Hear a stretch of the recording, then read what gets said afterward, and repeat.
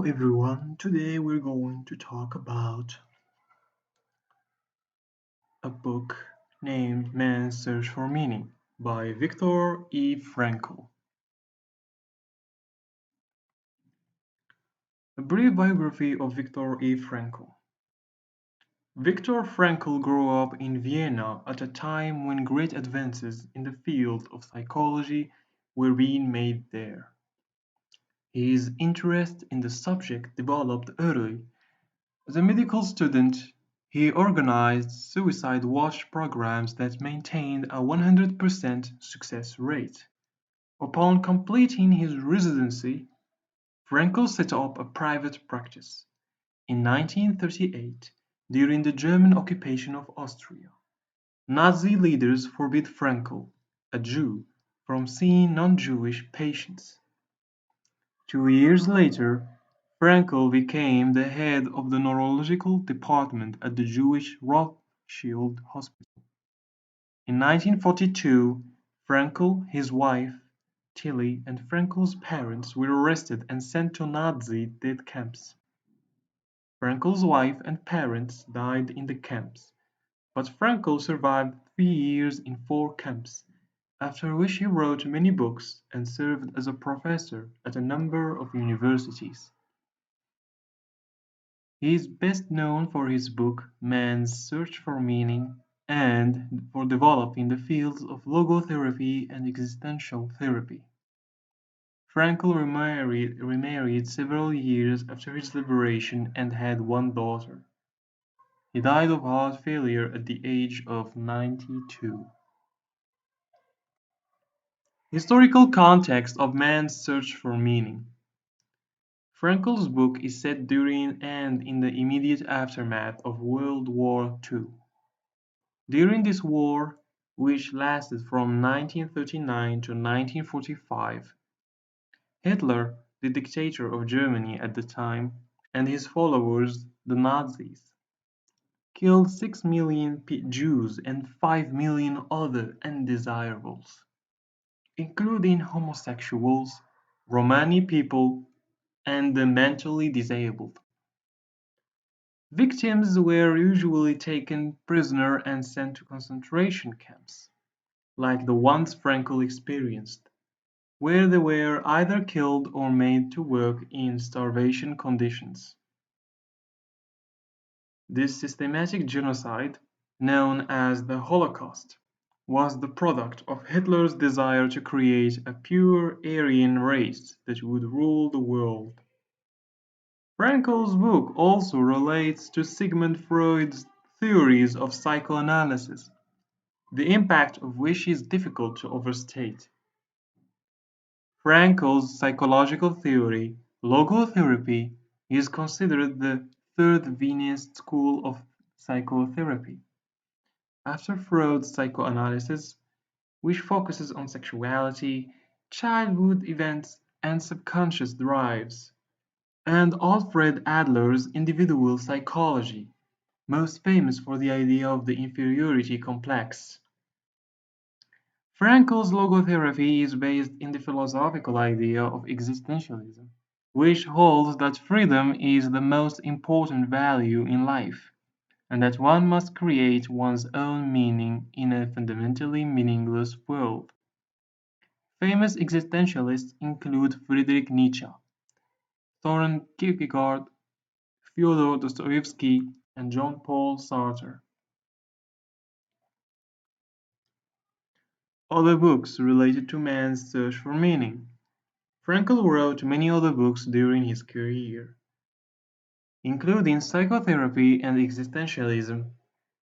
In 1967, The Will to Meaning, 1988, and Man's Search for Ultimate Meaning, 1997. His text references the psychological theories of Sigmund Freud and Alfred Adler, as well as the philosophical writings of Friedrich Nietzsche, Soren Kierkegaard, and Fyodor Dostoevsky, among others. Man's Search for Meaning is often compared to Elie Wiesel's Night, 1956, which is an account of Wiesel's experiences in Nazi camps. Frankl's book could also be compared to the 20th century existentialist and religious works like Paul Tillish's The Courage to Be, 1952, or Martin Buber's I and Thou, 1923. Some key facts about man's search for meaning. The full title is Man's Search for Meaning: An Introduction to Logotherapy, written in 1946. Where it is written? Vienna, Austria. When published? 1946. Although Frankl updated the book until its final version was published in 1984. Literary period: post-war nonfiction. Genre: psychology memoir. Setting: Nazi concentration camps during World War II. Antagonist: Nazis. Apathy. Point of view: first person, autobiographical. Man's Search for Meaning. Summary: Man's Search for Meaning is a work of non-fiction that deals with Viktor Frankl's experience living in Nazi concentration camps, as well as his psychotherapeutic technique called logotherapy. Frankl never gives the reader a linear narrative of his time in the camps. Instead, he is more focused on explaining how the daily struggles of camp life affected the mental state of its inmates. As a result, he only gives details about his experience when those details can be used as evidence for his psychological theories.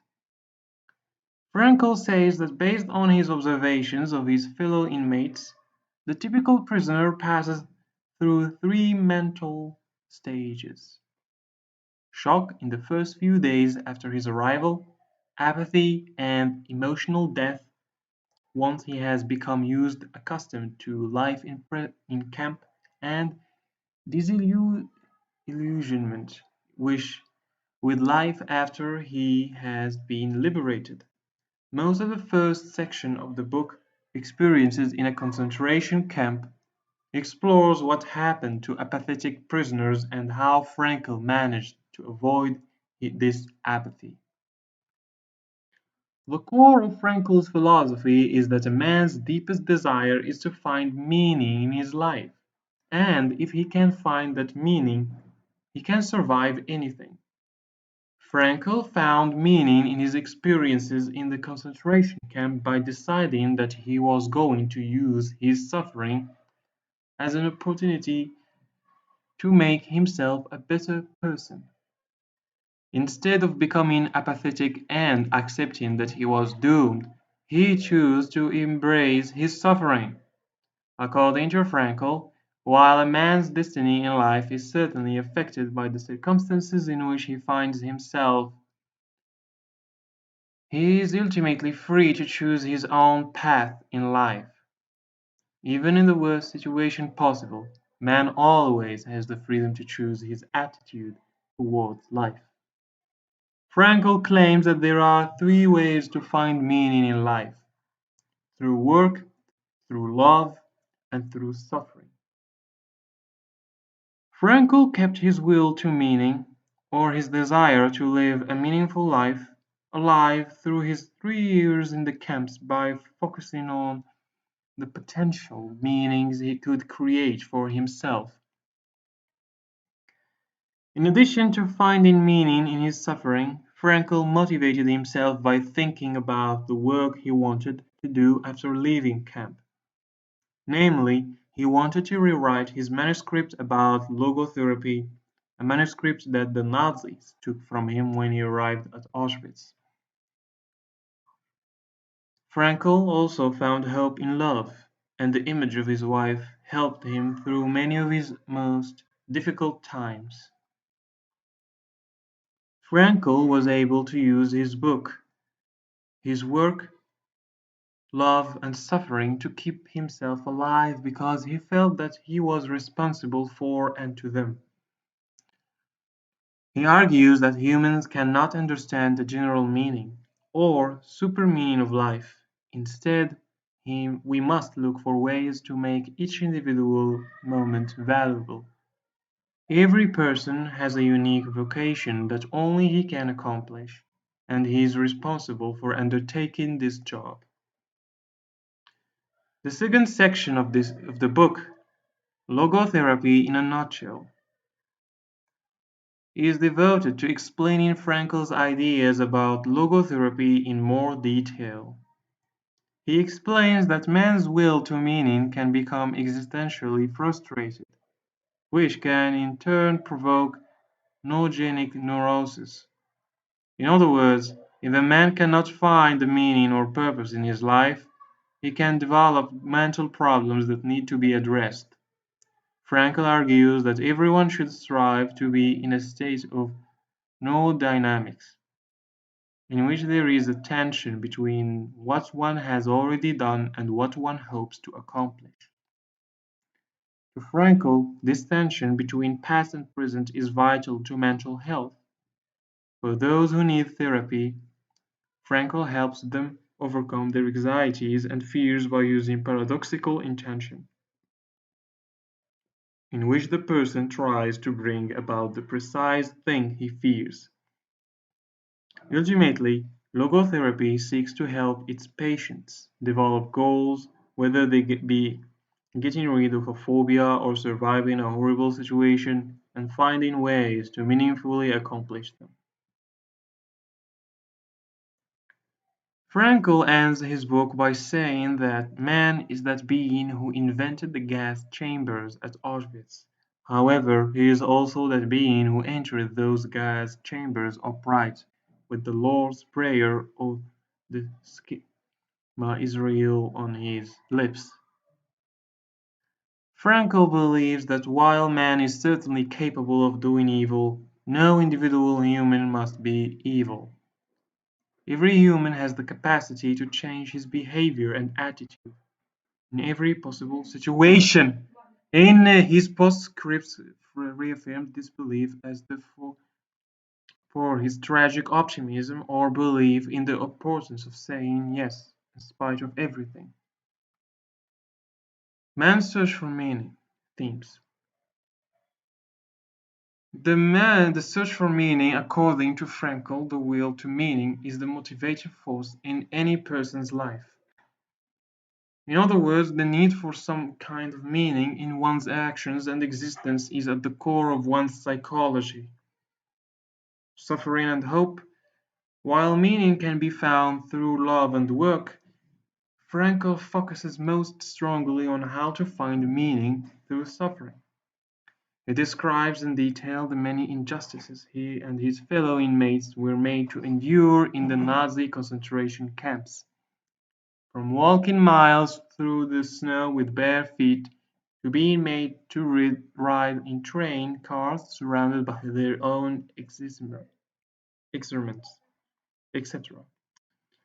Freedom, optimism, and responsibility. While many of Frankl's contemporaries had very negative views of humanity after witnessing the horrors of the Holocaust, Frankl remained fundamentally an optimist.